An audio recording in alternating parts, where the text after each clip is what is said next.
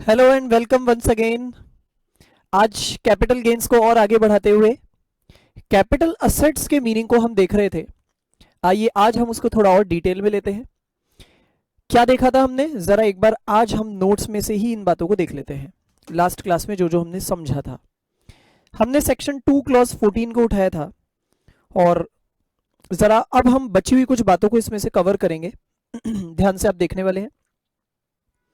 Meaning में लिखा है कैपिटल असेट का मतलब हुआ any property of any kind जो कि एसएससी के पास पड़ी है। और मैंने आपको बताया था इसका मतलब सब कुछ आ गया इसमें, movable, immovable, tangible, intangible, personal, business, कोई भी चीजें आ गई। लेकिन जैसा कि मैंने आपको बताया था कि इसमें कुछ एक्सेप्शंस आते हैं, तो वो एक्सेप्शंस आगे देखते हैं। Exclusions from capital assets. तो बताया गया है कि following are not included in the capital assets. क्या क्या चीजें इंक्लूडेड नहीं है कैपिटल असेट में, आइए देख लेते हैं। वो तीन बातें हमने समझी थी। सबसे पहला इसमें आता है स्टॉक इन ट्रेड। लिखा है stock in trade of the assessee are not capital assets. चलिए अब यहां पर एक बात हम जरा डिस्कस कर लेते हैं। अगर मान लीजिए किसी असेसी का बिजनेस है, एक असेसी है, उसका बिजनेस है, किसका? फर्नीचर का। फर्नीचर का ही बिजनेस है, यानी फर्नीचर का ही वो डीलर है। तो बताइए फर्नीचर उसके लिए क्या हो गया? स्टॉक इन ट्रेड हो गया। शॉर्ट में मैं एसआईटी लिख रहा हूं, यानी स्टॉक इन ट्रेड लिख रहा हूं। तो ऐसे में ये जो फर्नीचर है, क्या वो कैपिटल असेट है? जी नहीं, it is not a capital asset. ठीक है, एक बात तो ये समझ में आ गई। मान लेते हैं असेसी का बिजनेस है, मान लेते हैं असेसी का बिजनेस है लैपटॉप्स का, वो लैपटॉप डीलर है। तो बताइए लैपटॉप उसके लिए स्टॉक इन ट्रेड हो गया। तो बताइए क्या लैपटॉप को जब वो बेचेगा तो हम ये बोलेंगे वो कैपिटल असेट है? जी नहीं, वो कैपिटल असेट नहीं है। इसी तरह अगर मान लीजिए एक असेसी है, उसका बिजनेस है शेयर्स का, डिबेंचर्स का। शेयर्स, डिबेंचर्स वगैरह को एक ही शब्द में कहते हैं सिक्योरिटीज का। सिक्योरिटीज वर्ड में शेयर्स, डिबेंचर्स वगैरह सब आ जाते हैं। शेयर्स, डिबेंचर्स, बॉन्ड्स, ये सब चीजें आ जाती है किसमें? सिक्योरिटीज में। और भी कुछ एक चीजें आती है। अच्छा, अगर मान लीजिए एक पर्सन का बिजनेस ही है सिक्योरिटीज खरीदना बेचना। आप भी जानते होंगे, अक्सर हम देखते हैं कुछ ऐसे लोग जो शेयर्स का काम करते हैं, वो लोग शेयर्स खरीदते बेचते हैं। हमारे इर्द गिर्द बहुत से लोग होते हैं, लेकिन उन सभी का बिजनेस नहीं होता है शेयर्स का। They are not the dealers of securities, वो सिक्योरिटीज डीलर नहीं कहलाते। मैं अभी बात कर रहा हूं उन लोगों की जिनका बिजनेस ही है शेयर्स वगैरह में डील करने का। जैसे कि जो स्टॉक ब्रोकर्स होते हैं, जिनको ब्रोकर कहते हैं, स्टॉक ब्रोकर्स, शेयर ब्रोकर।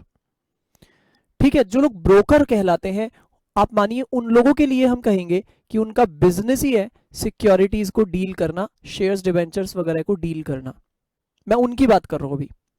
तो मान लीजिए एक स्टॉक ब्रोकर है, शेयर ब्रोकर है, उसका बिजनेस ही क्या है? सिक्योरिटीज का बिजनेस है। आप मुझे बताइए, अगर सिक्योरिटीज का ही वो बिजनेस कर रहा है तो सिक्योरिटीज उसके लिए क्या हो गई? स्टॉक इन ट्रेड हो गई। सिक्योरिटीज उसके लिए स्टॉक इन ट्रेड हो गई। तो बताइए अगर वो सिक्योरिटीज को बेचेगा, यानी वो स्टॉक को बेच रहा है, अपने बिजनेस का स्टॉक बेच रहा है, तो क्या वो कैपिटल असेट कहलाएगा? आंसर है नहीं, बिल्कुल नहीं। क्योंकि हमने तो यही सीखा है कि अगर आप स्टॉक इन ट्रेड को ट्रांसफर करते हो तो उसे कैपिटल असेट नहीं कहेंगे। हाँ, लेकिन हम ये बात जानते हैं कि इन सभी पर टैक्स तो लगेगा, लेकिन पीजीबीपी हेड में लगेगा। ये मैंने आपको बताया हुआ है लास्ट क्लास में। टैक्स तो लगेगा इन सभी पे, लेकिन under PGBP head, because PGBP head बना ही इसके लिए है कि अगर आपने अपने स्टॉक को बेचा, अगर आपने अपने बिजनेस का स्टॉक बेचा, तो पीजीबीपी हेड तैयार खड़ा है। खैर वो एक अलग बात है, पीजीबीपी हेड में टैक्स लगना अलग बात है, लेकिन अभी हम यहां की बात कर रहे हैं, यहां की बात कर रहे हैं। तो हमको पता चला है कि नहीं, इस हेड में तो टैक्स नहीं लगने वाला है, बिकॉज सिक्योरिटीज को यहां पे स्टॉक इन ट्रेड माना गया है, और स्टॉक इन ट्रेड कभी भी कैपिटल असेट नहीं होते हैं। लेकिन अब आप एक एक्सेप्शनल केस सुन लीजिए। यहां पे कहते हैं कि अगर, मैंने आपको अभी तक ये बताया सिक्योरिटीज अगर हमारा स्टॉक है, क्यों? क्योंकि हमारा बिजनेस ही सिक्योरिटीज का है, तो हमारे लिए वो कैपिटल असेट नहीं कहलाएगा। लेकिन अब आप जरा इसका एक एक्सेप्शन सुन लीजिए। एक्सेप्शन ये कहता है कि अगर एफआईआईज ने अगर एफआईआईज ने एफआईआई का फुल फॉर्म मैं आपको बता देता हूं। एफआईआई का फुल फॉर्म होता है foreign institutional investors. Foreign institutional investors नाम से आपको क्या समझ में आ रहा है बताइए? आपको नाम से ये समझ में आ रहा है कि ये कुछ फॉरेन के इन्वेस्टर्स हैं जो इंडिया में इन्वेस्ट करते हैं, इंडिया की सिक्योरिटीज को खरीदते बेचते हैं। इंडिया की कंपनीज की इंडिया की कंपनीज के शेयर्स वगैरह खरीदते बेचते हैं। और मेन बात है ये फॉरेन के इन्वेस्टर्स जो है वो इंस्टीट्यूशनल इन्वेस्टर्स हैं। नाम में क्या लिखा है? इंस्टीट्यूशनल, यानी ये कुछ इंस्टीट्यूशंस के फॉर्म में होते हैं, बड़ी बड़ी ऑर्गेनाइजेशंस होती है। ठीक है, आपकी जानकारी के लिए मैं बता दूं कि ये जो एफआईआईज होते हैं ये फॉरेन के इन्वेस्टर्स होते हैं इंस्टीट्यूशन के फॉर्म में, और ये लोग फॉरेन की पब्लिक के बिहाफ पे इंडिया में इन्वेस्ट करते हैं। ये खुद के लिए इन्वेस्ट नहीं करते, ये खुद के लिए शेयर्स खरीदते बेचते नहीं है, ये यहाँ की जनता, यहाँ के जो पब्लिक है उनकी तरफ से ये सिक्योरिटीज इंडिया में खरीदते या बेचते हैं। इंडिया की सिक्योरिटीज, इंडिया की कंपनीज की सिक्योरिटीज खरीदते बेचते हैं, खुद के लिए नहीं, वहां की पब्लिक के लिए करते हैं ऐसा काम। इनको कहते हैं एफआईआईज। अब यहां ये कहा जा रहा है कि अगर ये जो एफआईआईज है ना, ये अगर एफआईआईज जो है इन्होंने सिक्योरिटीज को as stock in trade hold कर रखा है, यानी जरूर सिक्योरिटीज का ही इनका बिजनेस होगा। किनका? एफआईआईज का।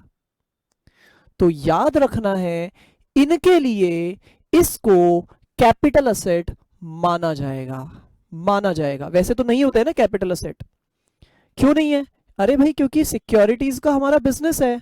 अभी मैंने आपको ऊपर बताया ना कि अगर सिक्योरिटीज का ही हमारा बिजनेस है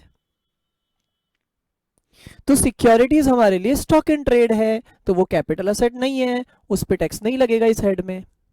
लेकिन मैं अभी आपको एक्सेप्शन बता रहा हूं। एक्सेप्शन कहता है अगर ये सिक्योरिटीज को किसने खरीद रखा है, किनके पास पड़ी है ये सिक्योरिटीज? एफआईआईज के पास। तो फिर अगर ये एफआईआईज के पास है ना, तो फिर इसको हम कैपिटल असेट मानेंगे, इन्हें हम कैपिटल असेट मानेंगे। आप बोलेंगे अरे सर आपने ही तो बताया था स्टॉक इन ट्रेड को कभी कैपिटल असेट नहीं मानते। अरे लेकिन ये एक्सेप्शन है, ये ऐसा केस है जिसमें ये स्टॉक इन ट्रेड तो है लेकिन फिर भी इसे कैपिटल असेट माना जाता है। तो आप शायद ये बोलेंगे सर इसका मतलब क्या इन पे दोनों हेड्स में टैक्स देना पड़ेगा? पीजीबीपी हेड में भी देना पड़ेगा क्योंकि ये स्टॉक है, और यहां भी देना पड़ेगा, दोनों जगह देना पड़ेगा क्या? जी नहीं, इन पर पीजीबीपी हेड में टैक्स नहीं देना पड़ेगा, इन पे केवल कैपिटल गेन्स हेड में टैक्स देना पड़ेगा। समझ में आ गई क्या अभी आपको बातें? तो ये एक एक्सेप्शनल केस है कि अगर एफआईआईज ने सिक्योरिटीज को होल्ड कर रखा है, अपने पास रखा हुआ है, और वो सिक्योरिटीज उनके लिए क्या है? Stock in trade. बताइए अगर वो सिक्योरिटीज उनके लिए स्टॉक नहीं होती तो क्या होता? अरे अगर वो सिक्योरिटीज का उनका बिजनेस नहीं होता, यानी अगर वो उनके लिए स्टॉक नहीं होता, तब तो 100% ही वो कैपिटल असेट था भाई, तब तो था ही ना वो कैपिटल असेट, तब तो था ही था। लेकिन यहां कहा जा रहा है कि अगर वो स्टॉक इन ट्रेड भी है ना तो भी हम उसे कैपिटल असेट मानेंगे। पीजीबीपी में टैक्स नहीं देना पड़ेगा बल्कि यहीं पर देना पड़ेगा। यानी फाइनल बात ये निकल के आई कि एफआईआईज के पास अगर सिक्योरिटीज है तो वो हमेशा इसी हेड में टैक्सेबल होगी, हमेशा इसी हेड में, चाहे उन्होंने एज स्टॉक होल्ड कर रखा है चाहे बिना स्टॉक के रूप में होल्ड कर रखा है, इसी हेड में टैक्सेबल होगा। समझ में आ गया आपको? शायद आपके मन में एक और डाउट आ रहा होगा, सर एक बात बताइए इससे फर्क पड़ता है क्या कि पीजीबीपी हेड में टैक्सेबल हो या यहां पर टैक्सेबल हो? सर कहीं भी हो जाए उससे क्या फर्क पड़ता है? नहीं नहीं नहीं, फर्क पड़ता है इस बात का। पीजीबीपी हेड में अगर कोई चीज टैक्सेबल होती है तो उस पर टैक्स निकालने का तरीका अलग होता है, और कैपिटल गेन्स में टैक्सेबल होती है तो यहां पर टैक्स निकालने के तरीके अलग होते हैं, इसलिए अंतर है दोनों में। तो जो चीज कैपिटल गेन्स की है वो कैपिटल गेन्स में ही रखनी है हमें, हम ऐसे नहीं बोले कहीं भी तो करनी है ना वहां ले जाओ, ऐसे नहीं चलेगा। जो चीज वहां की है वो वही रहेगी, जो चीज यहां की है वो यही रहेगी। ठीक है? यही इसमें लिखा हुआ है, देख लीजिए अभी ब्रैकेट में क्या लिखा है, वापस पढ़ते हैं। लिखा है stock in trade of the assessee are not capital asset, लेकिन ब्रैकेट में लिखा था except securities held by FIIs as stock in trade. यानी अगर एफआईआईज ने सिक्योरिटीज को एज स्टॉक होल्ड कर रखा है तो उसे तो कैपिटल असेट माना जाएगा। इसके बाद हमने देखा था पर्सनल इफेक्ट्स, जिसका मैंने आपको मतलब बताया था, movable property of personal use, इन्हें भी कैपिटल असेट नहीं माना जाता। लेकिन मैंने आपको लास्ट में ये बात बताई थी कि हम 6 ऐसे केसेस देखेंगे जो पर्सनल इफेक्ट्स तो है लेकिन उनको कैपिटल असेट माना जाएगा। कौन से हैं वो 6 केसेस, आइए पढ़ लेते हैं। सबसे पहला केस, ज्वेलरी।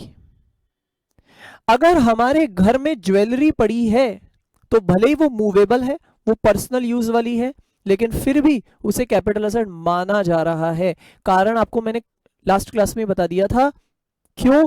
क्योंकि सरकार जानती है इन चीजों को अक्सर प्रॉफिट में ही बेचा जाता है, इनको बेचने पे प्रॉफिट हो जाता है, ठीक है ना।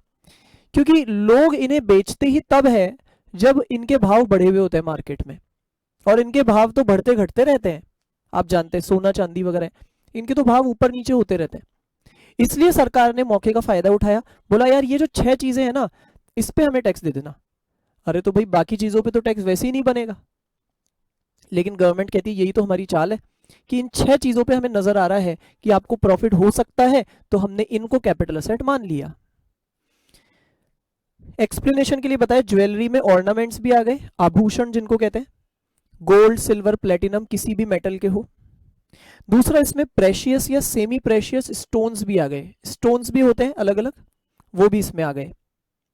अच्छा, अब ये जो स्टोन्स वगैरह है, चाहे अलग से आपके पास पड़े हैं और अब आप इनको ट्रांसफर कर रहे हो, चाहे ये स्टोन्स किसी यूटेंसिल्स वगैरह के अंदर है, बर्तन वगैरह के अंदर, कई बार बर्तन इस तरह के डिजाइनर बने होते हैं कि उनके अंदर ही स्टोन्स भी होते हैं, चाहे आपके पास कोई फर्नीचर पड़ा है उसमें स्टोन्स लगे हुए हैं, डले हुए हैं, या क्लोथ्स वगैरह में है, किसी में भी अगर स्टोन्स है, प्रेशियस या सेमी प्रेशियस, तो किसी भी रूप में हो, वो किसी भी फॉर्म में हो, मान लीजिए आपका फर्नीचर ही बना हुआ है कोई सेमी प्रेशियस स्टोन से, ठीक है ना, तो ऐसे सभी चीजों को ये लोग कहते हैं कैपिटल असेट मानेंगे। तो ज्वेलरी में एक तो ऑर्नामेंट्स आ गए, दूसरे स्टोन्स आ गए, ये पहला पॉइंट हुआ।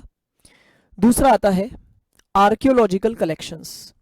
कुछ लोग पुरानी हिस्टोरिकल चीजों का कलेक्शन करते हैं, पुरानी चीजें, और आप जानते हैं जो पुरानी रेयर चीजें होती है इनकी वैल्यू बढ़ती जाती है, जितनी ये पुरानी होती जाती है उतनी ज्यादा वैल्यूएबल बनती जाती है, तो लोग इन्हें जब बेचते भी है तो अच्छे खासे प्रॉफिट में भी बेच लेते हैं। तो इस पे भी गवर्नमेंट कहती है हम टैक्स लेंगे, ये कैपिटल असेट्स है। फिर ड्राइंग्स और पेंटिंग्स को भी कैपिटल असेट माना जा रहा है। ड्राइंग्स और पेंटिंग्स में थोड़ा फर्क होता है, ड्राइंग बनाने का तरीका अलग होता है, पेंटिंग बनाने का तरीका अलग होता है। अब मैं इन टेक्निकलिटीज में नहीं जाना चाहता, आपको शायद पता भी होगा अगर आपको थोड़ी जानकारी है इन आर्ट्स वगैरह की। तो drawing is a different thing and painting is different thing, इन दोनों को भी यहाँ पे डाला गया है इस लिस्ट में। इसके अलावा स्कल्पचर्स, जैसे पुरानी मूर्तियां वगैरह होती है, इस तरह के जो स्कल्पचर्स होते हैं उनको भी इसमें कवर किया गया है। और लास्ट बोला गया एनी वर्क ऑफ आर्ट। अगर आपने एक बात ऑब्जर्व की हो तो कहीं ना कहीं ये सारी चीजें ही ऐसी है जो रेयरली मिलती है या ये आर्ट से रिलेटेड है, आर्टिस्टिक चीजें हैं ये सब। और आप जानते हैं आर्ट की वैल्यू तो हमेशा बढ़ती ही है, तो इसीलिए यहाँ पे गवर्नमेंट ने बोला इन 6 चीजों को हम कैपिटल असेट मानेंगे। आपको याद कर लेना इन 6 का नाम, बहुत इंपॉर्टेंट है, इन 6 का नाम आपको अच्छे से टिप्स पे होना चाहिए याद। क्या क्या हो गया? Jewellery, archaeological collections, drawings, paintings, drawing painting तो साथ में याद हो जाएंगे, फिर स्कल्पचर्स, और लास्ट बचा खुचा सारा कोई भी और वर्क ऑफ आर्ट। याद रखिएगा ये 6 चीजें भले ही पर्सनल इफेक्ट्स है, पर्सनल चीजें हैं, मूवेबल हैं, लेकिन फिर भी इन्हें कैपिटल असेट माना जा रहा है। इनके अलावा बाकी कोई भी चीज को कैपिटल असेट नहीं माना जाएगा, ठीक है। तो अब आपसे मेरा एक क्वेश्चन है, बताइए जरा फटाफट। अब फटाफट से मैं आपके सामने कुछ क्वेश्चंस की लाइन लगा रहा हूं, आप जल्दी से जल्दी आंसर देंगे उसका। मुझे बताएंगे घर में हमारे पास गाड़ी खड़ी है, घर की गाड़ी है, बताइए ये कैपिटल असेट है या नहीं? घर की गाड़ी है, कैपिटल असेट है या नहीं? क्या जवाब है? नहीं है। बताइए इसकी जगह बिजनेस की गाड़ी होती तो क्या होता? यानी अगर मेरे ऑफिस की गाड़ी है, वो है ही बिजनेस की गाड़ी, तो आंसर है yes, it is a capital asset. बताइए क्यों? बताइए क्यों? क्योंकि हमने देखा था पर्सनल इफेक्ट्स कैपिटल असेट नहीं होते। अब अगर घर की गाड़ी की मैं बात करूं तो वो तो पर्सनल इफेक्ट हो गया ना, क्योंकि वो पर्सनल यूज में भी आता है और वो मूवेबल भी है।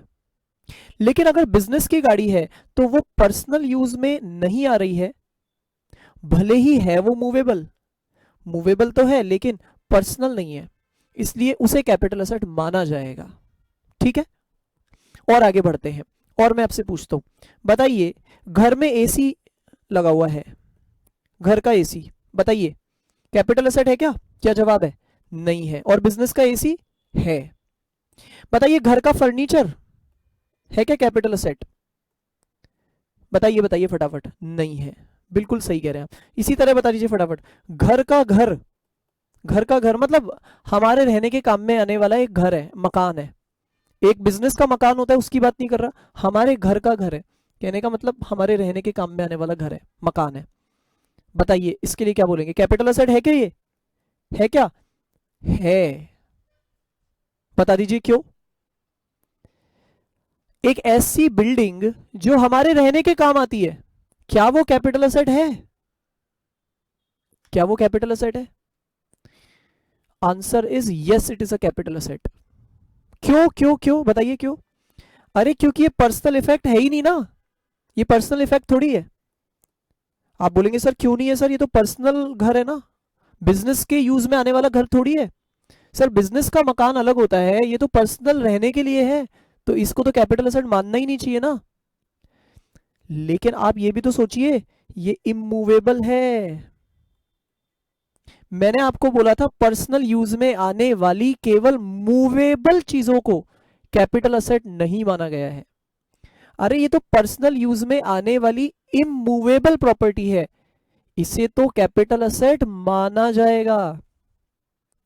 यही तो मैं आपको कह रहा हूं, गौर करिए जरा शब्दों पे। पर्सनल इफेक्ट्स का मतलब है पर्सनल प्लस मूवेबल, तो यहां पर तो ये इमूवेबल है ना, therefore it will be the capital asset. यहीं पे आके स्टूडेंट्स कंफ्यूज होते हैं। तो अगर आप नहीं हुए तो बहुत बहुत अच्छी बात है, इसका मतलब आप बहुत अटेंटिव है, बहुत केयरफुली आप हर बात को सुन रहे हैं। लेकिन अगर आप भी कंफ्यूज हो गए तो फिर से मैं आपको बोलना चाहूंगा, ध्यान से आप सुनिए, बातों को समझिए। इसी तरह बताइए अगर हमारे पास एक लैंड पड़ी है, बिजनेस में काम नहीं आती वो, वैसे ही हमारे अलग से खरीदी हुई है जमीन, तो वो भी कैपिटल असेट है, क्योंकि वो बिजनेस के काम में भले ही नहीं आ रही है लेकिन है तो इमूवेबल ना। तो लैंड या बिल्डिंग, लिख लीजिए बड़ा बड़ा, लैंड और बिल्डिंग तो हमेशा ही कैपिटल असेट होते हैं, चाहे वो बिजनेस यूज वाले हो चाहे वो घर के यूज वाले हो, सभी कैपिटल असेट होते हैं। याद रहेगा? ठीक है। अब शायद ना आपके मन में एक और डाउट आ सकता है यहां पे, मुझे ऐसा लग रहा है, हो सकता है आ सकता है, तो मैं आपको जरा वो डाउट रेज करता हूं, फिर हम सोचते हैं इसके बारे में। जैसे मैंने आपको बोला कि बताओ एक ऐसा मकान जिसमें हम रहते हैं, यानी पर्सनल यूज वाला, तो हमारा जवाब मिला हाँ भाई वो कैपिटल असेट है, इसका मतलब उस पर टैक्स लगेगा। लेकिन अब शायद कोई कोई के मन में कुछ कॉन्सेप्ट्स मिक्स हो गए होंगे, वो सोच रहे होंगे सर हमको याद आ रहा है हमने ऐसा पढ़ा हुआ है कि दो मकान एग्जेम्प्ट होते हैं, अगर आपके दो मकान है जिसमें आप रहते हो, सेल्फ ऑक्यूपाइड है, उस पर छूट होती है। सर ऐसा हमने पढ़ा है, कहाँ पे पढ़ा है सर? हाउस प्रॉपर्टी हेड में पढ़ा है। अरे तो भाई वो हाउस प्रॉपर्टी हेड में पढ़ा है, यहां तो नहीं पढ़ा ना, तो वहां की बात यहां मिक्स नहीं करनी है, वो अलग है ये अलग है। याद रखिए अगर मैं मकान बेचूंगा ना तो उसकी बात हाउस प्रॉपर्टी हेड में कभी नहीं होगी। हाउस प्रॉपर्टी हेड में हम बेचने वाली सिचुएशन को कभी डिस्कस नहीं करते थे। मैंने आपको तब भी ये बात बताई हुई होगी, आपको याद होगा कि अगर आप किसी भी असेट को बेचते हैं ना तो उसकी बात या तो कैपिटल गेन्स हेड में की जाती है या पीजीबीपी हेड में की जाती है, और कहीं नहीं। कुछ रेयर केसेस होते हैं जहां अदर सोर्स हेड भी होता है, बाकी मेनली केवल और केवल कहां बात की जाती है, या तो कैपिटल गेन्स हेड में या पीजीबीपी हेड में। तो अगर मैं यहां पे अपना मकान बेच रहा हूं तो आप हाउस प्रॉपर्टी हेड को याद मत करिएगा, यहां पे उसका कोई रोल ही नहीं है। बेच रहा हूं तो या तो हम कैपिटल गेन्स हेड में बात करेंगे या पीजीबीपी हेड में बात करेंगे, ठीक है। अच्छा, तो अब आप बता दीजिए फटाफट फाइनली कि अगर मेरे पास एक बिल्डिंग पड़ी है जिसमें हम खुद रहते हैं, अगर हम उसको आज बेच रहे हैं तो टैक्स लगेगा क्या? क्या वो कैपिटल असेट माना जाएगा? आंसर इज यस, वो कैपिटल असेट है, अभी बता दिया मैंने आपको, ठीक है। अच्छा, एक बात और बताइए, अगर एक प्रॉपर्टी डीलर है, अब आप समझ सकते हैं प्रॉपर्टी डीलर का तो काम ही क्या है, बिल्डिंग्स को बेचना, उसका बिजनेस ही यही है। बताइए, अगर वो बिजनेस, वो बिल्डिंग को बेचता है तो क्या उसके लिए वो कैपिटल असेट माना जाएगा? फटाफट बोलिए, प्रॉपर्टी डीलर या बिल्डर है, अगर वो अपनी बिल्डिंग बेच रहा है, क्या वो उसके लिए कैपिटल असेट है? फटाफट बोलिए। जी नहीं, वो कैपिटल असेट नहीं है। क्यों? क्योंकि उसका तो बिजनेस ही है प्रॉपर्टीज को डील करना, तो उसके लिए तो वो स्टॉक इन ट्रेड है ना, और स्टॉक इन ट्रेड को अगर वो बेचेगा तो उसको पीजीबीपी हेड में सारा हिसाब देना पड़ेगा, तो यहां उसके लिए कैपिटल असेट नहीं माना जाएगा, ये पीजीबीपी हेड में जाएगा। हर तरह से आपको दिमाग को एक्टिवेटेड रखना है, मैंने आपको सारी बातें बता दी है, वही बातें मैं आपसे अभी पूछ रहा हूं मिक्स करके, ठीक है। क्लियर हो गया? बताइए, बिजनेस की एक बिल्डिंग है, उसको बेचा जा रहा है, कैपिटल असेट है क्या? यस, बिल्कुल। मैंने आपको अभी इसीलिए बड़ा बड़ा लिखवा दिया है, land and building are always capital assets, भूलना नहीं है आपको हमेशा, ठीक है। अच्छा बताइए, इंटेंजिबल असेट्स को अगर हम बेच रहे हैं, वो they are always capital assets, हमेशा ही वो कैपिटल असेट होते हैं, ऑलवेज लिख लीजिए चाहे आप ये भी, इंटेंजिबल असेट्स भी हमेशा ही कैपिटल असेट होते हैं, ऑलवेज, क्योंकि उन्हें कभी पर्सनल यूज नहीं माना जाता। क्या हम ऐसा बोलेंगे तो ठीक लगेगा हमें खुद को कि हाँ भाई मेरे पास पेटेंट्स है मेरे नाम से, कॉपीराइट्स है मेरे नाम से, तो ये तो पर्सनल प्रॉपर्टी हो गई और ये तो मूवेबल असेट है? नहीं, अरे ये सब पर्सनल इफेक्ट्स नहीं होते हैं, इसलिए मैं आपको कह रहा हूं इंटेंजिबल असेट्स भी ऑलवेज कैपिटल असेट है, लिख लीजिए। अच्छा, और बात करते हैं। बताइए, अगर मैं शेयर्स बेचता हूं, डिबेंचर्स बेचता हूं, मेरे पास किसी कंपनी के शेयर्स पड़े थे, आज मैंने बेच दिए, क्या ये कैपिटल असेट है?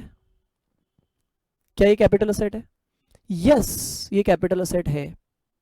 हाँ ऑब्वियसली, अगर मैं इनका ही बिजनेस करके बैठा हूं, मैंने आपको बताया भी था ना, अरे अगर मेरा बिजनेस ही सिक्योरिटीज का है तो बात अलग है, मेरा बिजनेस ही अगर सिक्योरिटीज का है तो वो तो एक बात ही अलग हो गई ना, तब तो वो हमारा स्टॉक है, तब वो कैपिटल असेट नहीं माना जाएगा। हालांकि उसका भी हमने एक्सेप्शन देखा था अभी थोड़ी देर पहले, एफआईआईज वाला, लेकिन मैं तो अभी जनरल बात कर रहा हूं, समझ रहे हैं ना आप बात को। शेयर्स डिबेंचर्स को अगर आप बेच रहे हैं, उसको भी कैपिटल असेट मानना है। हाँ, अगर मैं, मेरा बिजनेस ही उसी का है तो वो बात अलग है, तो आप ये भी लिख लीजिए, शेयर्स डिबेंचर्स भी ऑलवेज कैपिटल असेट होते हैं, ठीक है। अब ये मैं नहीं लिखवा रहा कि अगर वो बिजनेस के स्टॉक है तो वो कैपिटल असेट नहीं है, ये तो आप खुद ही जानते हैं ना, ये मैं क्या बार बार में लिखवाऊंगा, ठीक है। समझ में आ गई आपको सारी बातें? कई स्टूडेंट्स कंफ्यूज हो जाते हैं, सर शेयर्स डिबेंचर्स वगैरह भी तो पर्सनल वाला मानना चाहिए ना, वो बिजनेस के थोड़ी है।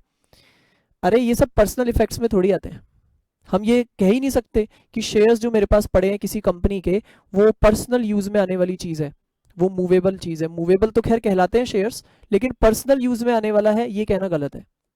तो आप याद रखिए, शेयर्स डिबेंचर्स वगैरह अभी कभी भी आपको क्वेश्चन में आ जाए कि हमने शेयर्स डिबेंचर्स वगैरह बेचे हैं, याद रखिएगा वो कैपिटल असेट होते हैं।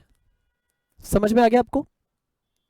चलिए ठीक है, अब मैं एक दो कुछ अलग बातें भी आपके सामने प्रेजेंट करता हूं। जैसे मान लीजिए कि चांदी के बर्तन पड़े हैं घर में, क्या वो कैपिटल असेट है? लिखते रहिए इन पॉइंट्स को आप, ये कुछ एक्स्ट्रा बातें। चांदी के बर्तन, सिल्वर यूटेंसिल्स, अब ये कुछ कोर्ट वगैरह के डिसीजंस आए हुए हैं जो मैं आपको बता रहा हूं। सिल्वर यूटेंसिल्स अगर आपके पास पड़े हैं, उनको पर्सनल इफेक्ट्स माना जाता है इंडिया में, क्योंकि इंडिया में लोगों का ये कस्टम होता है, रिवाज होती है, लोग अपने घरों में चांदी के बर्तन रखते हैं, तो उसको पर्सनल इफेक्ट माना जाएगा। और आप समझ गए होंगे कि अगर वो पर्सनल इफेक्ट है तो वो कैपिटल असेट नहीं है। तो मेरा मतलब ये निकला कि सिल्वर यूटेंसिल्स जो होते हैं वो कैपिटल असेट नहीं माने जाएंगे क्योंकि वो पर्सनल इफेक्ट्स में आ जाते हैं। लेकिन लेकिन अगर इसकी जगह सोने के बर्तन है आपके पास तो उसको पर्सनल इफेक्ट नहीं माना जाता, क्योंकि इंडिया में ऐसा कोई कस्टम नहीं है कि सोने के बर्तन लोग घरों में रखते हैं, ऐसा नहीं है। फिर भी अगर आपने रखा हुआ है तो वो आपका केवल एक इन्वेस्टमेंट माना जाएगा, वो कोई पर्सनल इफेक्ट नहीं माना जाएगा। अब जब वो पर्सनल इफेक्ट ही नहीं है तो फिर उसे कैपिटल असेट मानते हैं। समझ रहे हैं ना, ये कुछ अलग अलग कोर्ट के डिसीजंस आए हुए हैं। इसी तरह अगर मान लीजिए आपके पास बुलियन पड़ा है, अब आपको पता रहना चाहिए बुलियन किसको कहते हैं, क्वेश्चंस में आता है कई बार ये शब्द। बुलियन किसको कहते हैं? बुलियन कहते हैं गोल्ड या सिल्वर के जो बिस्किट्स वगैरह होते हैं या जो उसकी ईंटें होती है, आपने सुना होगा या देखा भी होगा। गोल्ड या सिल्वर जो उसके बिस्किट्स या ईंटें आती है, ईंट मतलब थोड़ी बड़ी फॉर्म में आती है वो, और बिस्किट का मतलब है छोटे छोटे से आते हैं, ठीक है। ये जो गोल्ड या सिल्वर के बिस्किट्स या ब्रिक्स यानी ईंटें होती है, ये एकदम प्योर फॉर्म में गोल्ड होता है। ये ना कोई ज्वेलरी के फॉर्म में है ना कोई और बर्तन वगैरह के फॉर्म में है, ये बिल्कुल एक अलग से ही एक पीस पड़ा हुआ है, आप मान लीजिए टुकड़ा पड़ा हुआ है सोने का या चांदी का, उसको कहते हैं बुलियन। सवाल है क्या वो कैपिटल असेट्स होते हैं? 100% दे आर कैपिटल असेट्स। उनको क्या हम पर्सनल इफेक्ट्स बोलेंगे? किसी हालत में नहीं। क्या हम ये बोलेंगे कि वो पर्सनल यूज में आने वाली चीज है? अरे ये कोई गोल्ड या सिल्वर के जो टुकड़े होते हैं क्या वो पर्सनल यूज में आते हैं? बिल्कुल नहीं आते। मैंने आपको बता दिया अगर चांदी के बर्तन पड़े हैं तो वो एक अलग बात है। चांदी के बर्तन हाँ वो पर्सनल इफेक्ट्स माने जाते हैं, लेकिन गोल्ड के बर्तन भी नहीं माने जाते। हाँ बाकी मैं बुलियन की बात कर रहा था, बुलियन हमेशा कैपिटल असेट माना जाएगा। रीजन क्योंकि उन्हें पर्सनल इफेक्ट्स नहीं माना जा सकता। बताइए समझ में आ रही है क्या आपको सारी बातें? ठीक है, और आगे बढ़ते हैं अभी।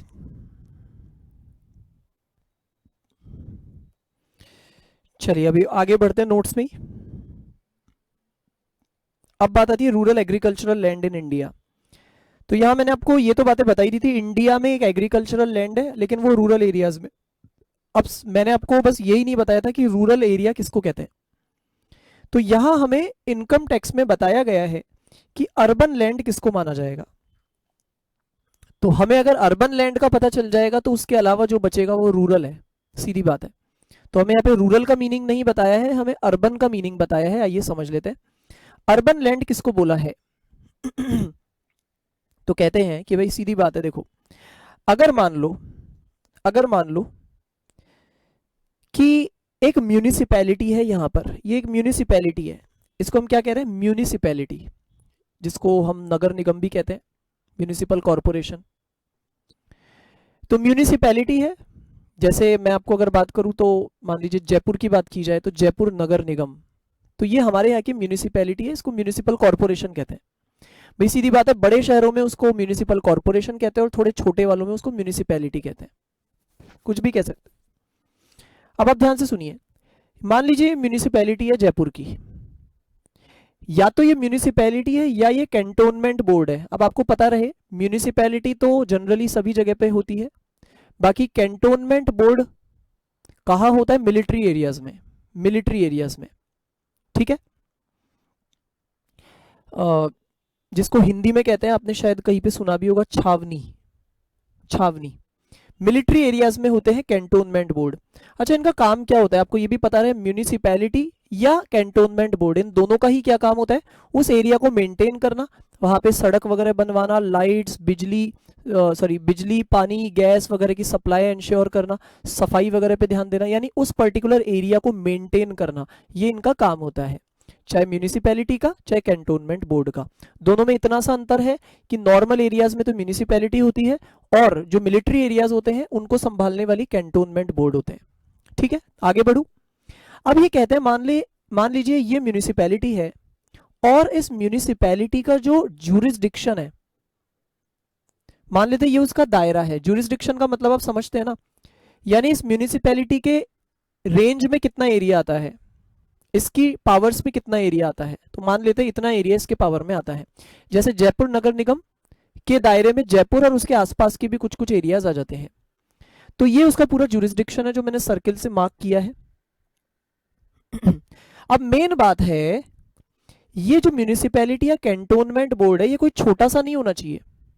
इसके दायरे में कम से कम 10,000 लोगों की पॉपुलेशन आनी चाहिए। तो यहां इसका मतलब इस एरिया में कम से कम 10,000 लोग रहते हैं एटलीस्ट, यानी 10,000 या उससे ज्यादा लोग रहते हैं। 10,000 कोई बहुत बड़ा फिगर नहीं है, लेकिन यहां पे ये बोला गया भाई 10,000 से कम पॉपुलेशन अगर आपके एरिया की है तो छोड़ दो उसको। कम से कम 10,000 की अगर पॉपुलेशन है, यानी एक रीजनेबल साइज की तो जगह एरिया होना चाहिए ना। वापस सुन लीजिए, एक म्यूनिसिपैलिटी या कैंटोनमेंट बोर्ड है और उसके दायरे में कम से कम 10,000 की पॉपुलेशन आती है। अब कहते हैं अगर इस ज्यूरिसडिक्शन के अंदर कोई भी जमीन पाई गई, मान लीजिए यहां पे एक लैंड है, यहां पे भी एक लैंड है। अब ये जो भी जमीनें हैं ना, इन सबको अर्बन लैंड माना जाएगा, शहरी जमीन माना जाएगा, अर्बन लैंड। बताइए इनको अर्बन कब माना जा रहा है, वापस देख लेते हैं। जब ये लैंड किसी ऐसे एरिया में है, किस एरिया में है, जिस एरिया को कौन संभालता है, म्यूनिसिपैलिटी या कैंटोनमेंट बोर्ड। बाकायदा म्यूनिसिपैलिटी उस एरिया को संभालती है। अच्छा, दूसरी बात, उस एरिया की पॉपुलेशन कम से कम 10,000 होनी चाहिए। तो अब उस एरिया के अंदर जितनी भी जमीनें होगी उनको हम शहरी जमीन बोलेंगे, अर्बन लैंड बोलेंगे। इसका मतलब अब आप समझ जाइए, अगर मान लीजिए इस एरिया की पॉपुलेशन 10,000 से कम है तो यहां की सारी जमीनें रूरल है, हम इसको गांव मानेंगे, शहर मानेंगे ही नहीं। सिंपल तरीका है समझने का।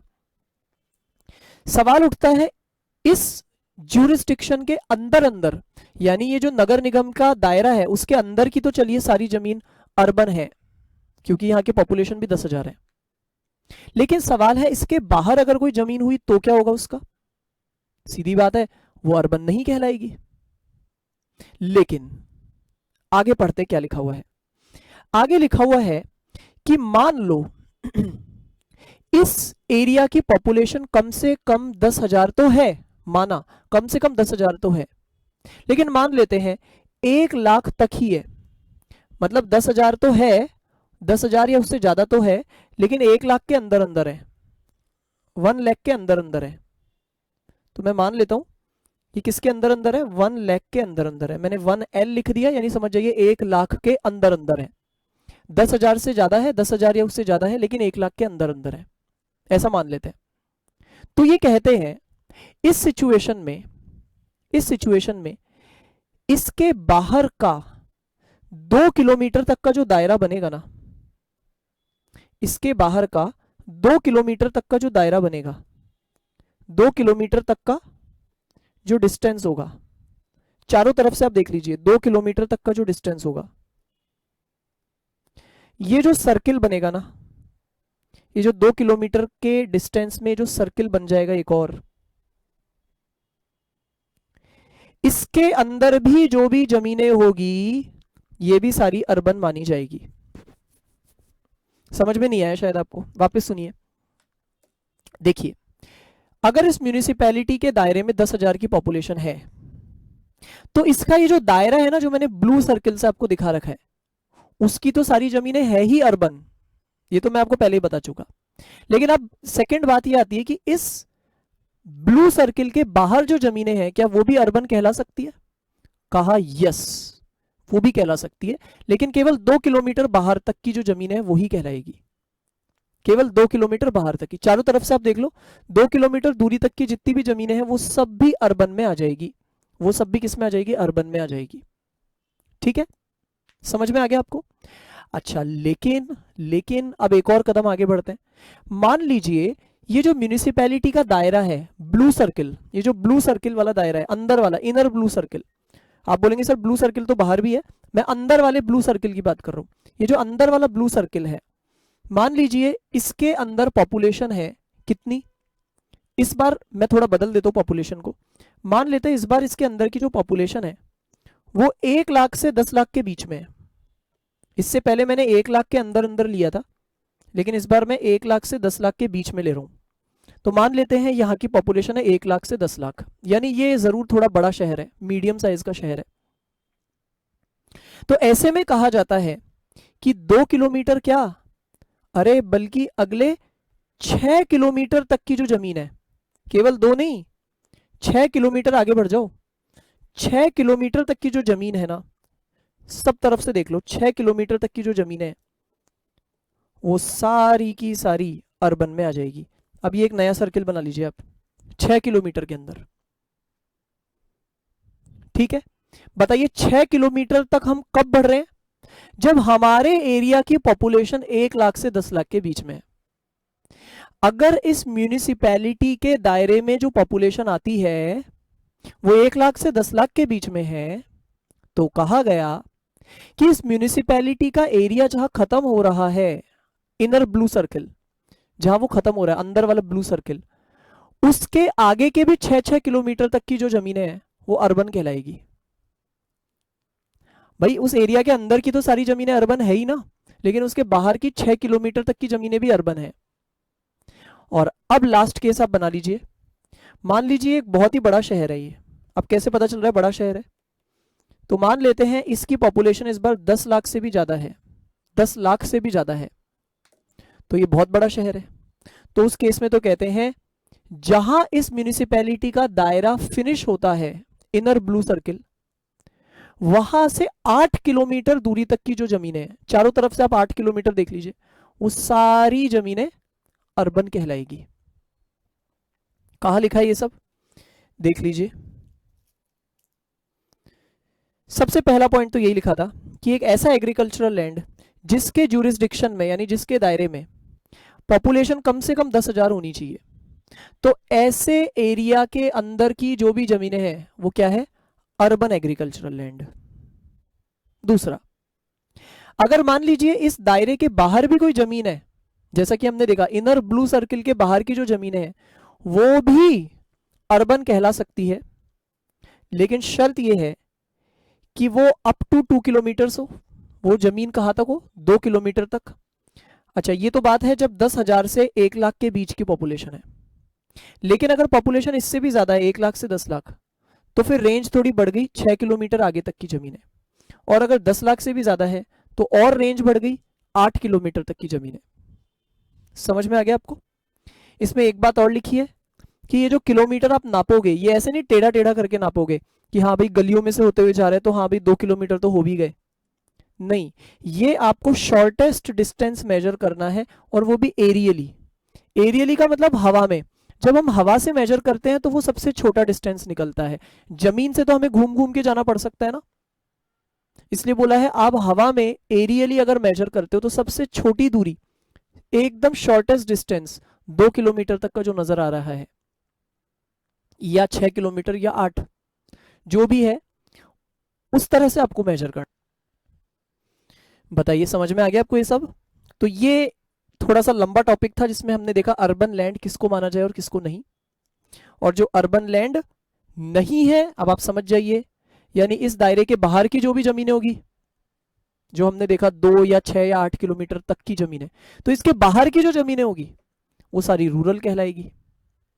या अगर मान लीजिए हमारी पॉपुलेशन ही 10,000 से कम है, तब तो हमारे अंदर की भी सारी जमीनें रूरल कहलाएगी। क्लियर है आपको। तो ये हमने अर्बन और रूरल का भी मतलब समझ लिया। तो हमने फाइनली देखा जो रूरल एग्रीकल्चरल लैंड इंडिया में है वो सारे के सारे एग्जेम्प्ट है, उनको कैपिटल असेट नहीं माना गया है। ठीक है, ओके। तो चलिए फिर इस क्लास को बस यहीं पे ओवर करते हैं, आगे हम देखेंगे नेक्स्ट क्लासेस के अंदर। Thank you.